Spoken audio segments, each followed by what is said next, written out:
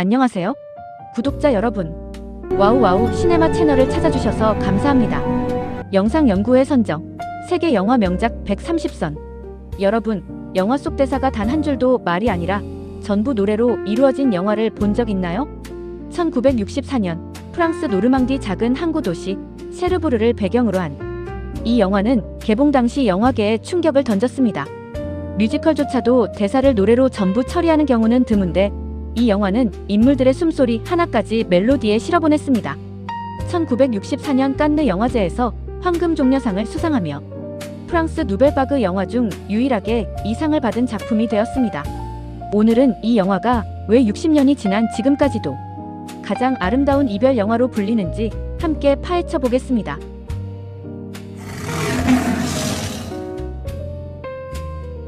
프랑스 누벨바그의 시인이라 불리는 자크 드미 감독, 까트린느 드네브 주연의 셰르부르의 우산은 프랑스에서 개봉한 영화사에서 가장 독창적인 뮤지컬 영화 가운데 하나입니다.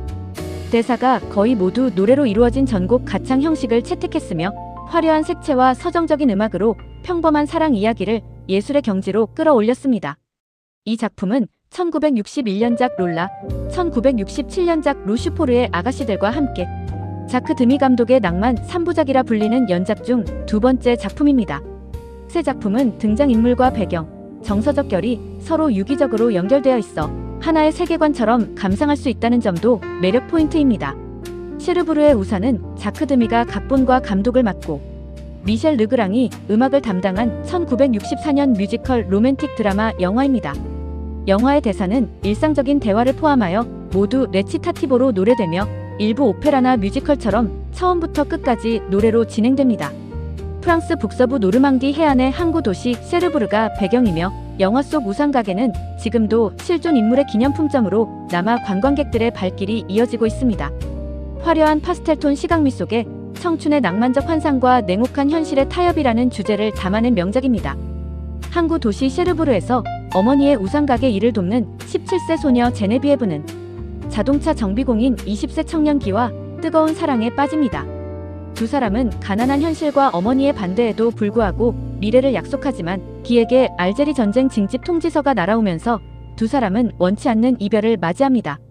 기다리겠다는 약속을 남긴 채 기는 전쟁터로 떠나고 홀로 남은 제네비에브는 임신 사실을 알게 됩니다. 하지만 시간이 흐르고 전장의 기로부터 오는 편지마저 뜸해지자 우산 가게의 파산 위기 속에서 부유한 보석상 롤랑 카사르가 등장해 구애합니다. 아이와 생계를 위해 현실적 선택을 강요받은 제네비에브는 결국 기의 아이를 수용하겠다는 카사르와 화려한 결혼식을 올리고 셰르부르를 떠납니다. 몇 년 후 전쟁터에서 다리 부상을 입고 돌아온 기는 제네비에브의 결혼과 떠나버린 우산 가게를 확인하고 깊은 방황에 빠집니다. 그러나 상실감 속에서도 자신을 간호해준 데모의 수양딸 마들렌의 사랑으로 마음을 잡고 유산을 받은 자금으로 주유소를 차려 마들렌과 가정을 꾸립니다. 그리고 눈 내리는 크리스마스 이브날 밤에 기가 운영하는 주유소에 고급 승용차 한 대가 들어옵니다. 차 안에는 모피 코트를 입은 주누비에브와 기를 닮은 첫째 딸 프랑수아즈가 타고 있습니다. 우연한 짧은 재회 속에서 두 사람은 서로의 안부를 묻지만 과거로 돌아갈 수 없음을 인정하고 담담하게 각자의 삶가족으로 돌아갑니다. 우연히 재회한 두 사람의 담담하고도 먹먹한 순간이 영화의 마지막을 장식합니다.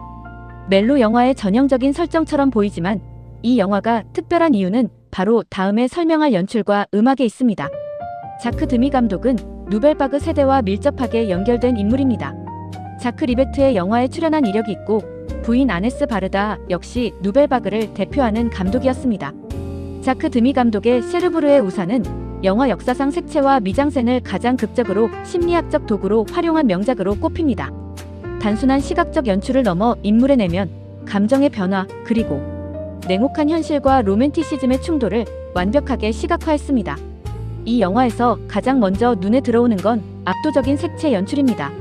벽지, 의상, 소품 하나하나가 마치 팔레트에서 막 꺼낸 듯한 원색으로 칠해져 있고 인물의 감정 변화에 따라 배경색이 미묘하게 달라집니다. 사랑이 피어날 때는 따뜻한 색조가, 이별의 순간에는 차갑고 쓸쓸한 색이 화면을 지배합니다. 핑크, 옐로우, 에메랄드 블루 등 감성적인 파스텔 컬러는 청춘의 열정과 낭만을 상징합니다. 기가 알제리 전쟁으로 떠나고 보석상 카사르와의 결혼을 강요받으면서 강렬했던 파스텔 톤은 점차 무채색이나 차분한 무채색 계열의 톤 다운된 색조로 전환됩니다. 마지막 눈 내리는 주유소 장면의 무채색조는 청춘의 낭만이 소멸했음을 극명하게 보여줍니다. 또한 자크 드미 감독은 이 영화 전체를 노래로만 진행되는 송수로 방식으로 연출했습니다. 일상적인 대사조차 레치타티보 형식으로 노래하게 만들었는데 이는 당시 영화사에서 거의 시도된 적 없는 파격적인 연출이었습니다. 평범한 이별 이야기가 이 방식을 통해 마치 오페라처럼 격상되는 효과를 만들어냅니다. 실제 노래는 더빙되었지만 립싱크에 맞춘 섬세한 표정 연기와 눈빛만으로 설렘, 불안, 체념, 상실을 오가는 감정선을 완벽하게 소화해냈다는 평가를 받습니다. 기역의 니노 카스텔누오보는 순수하고 열정적인 청년의 얼굴에서 전쟁과 상실을 겪은 후에 지친 얼굴로 변화하는 과정을 설득력 있게 그려냈습니다.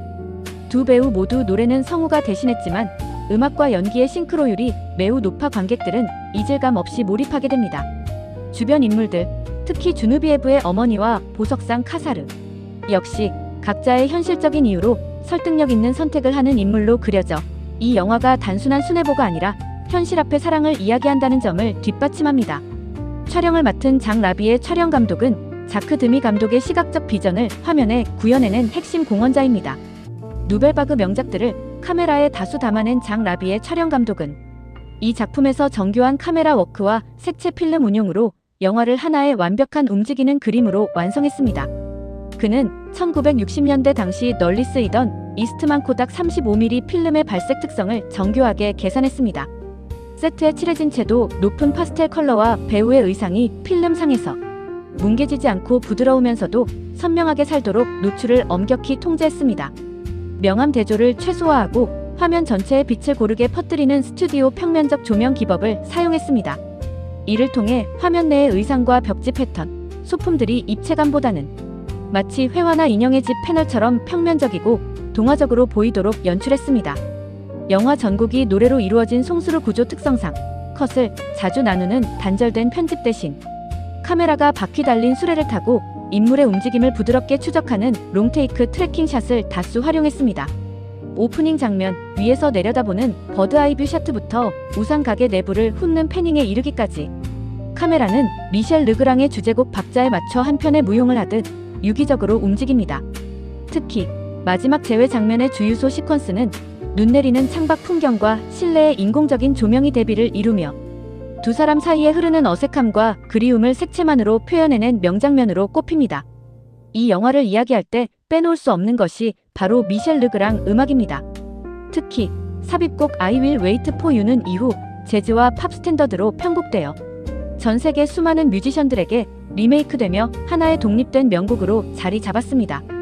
영화 전체가 대사 없이 노래로만 진행되기 때문에 주제음악은 단순한 배경이 아니라 이야기 그 자체를 이끌어가는 서사적 장치로 기능합니다. 이별의 테마, 사랑의 테마가 영화 곳곳에서 변주되며 반복되는데 이 라이트모티프 방식은 이후 수많은 뮤지컬 영화와 영화음악 작곡가들에게 큰 영향을 주었습니다. 셰르브르의 우산 영화는 상업적, 비평적으로도 크게 성공한 작품입니다. 프랑스에서만 100만 명이 넘는 관객을 동원했고 프랑스를 넘어 전 세계적으로 흥행했습니다. 1964년 제17회 칸느 영화제에서 최고상인 황금종려상을 수상했으며 이듬해 아카데미 시상식 외국어 영화상 후보에 그 다음 해에는 각본상, 주제가상, 음악상 등 3개 부문의 후보로 오르는 기록을 남겼습니다.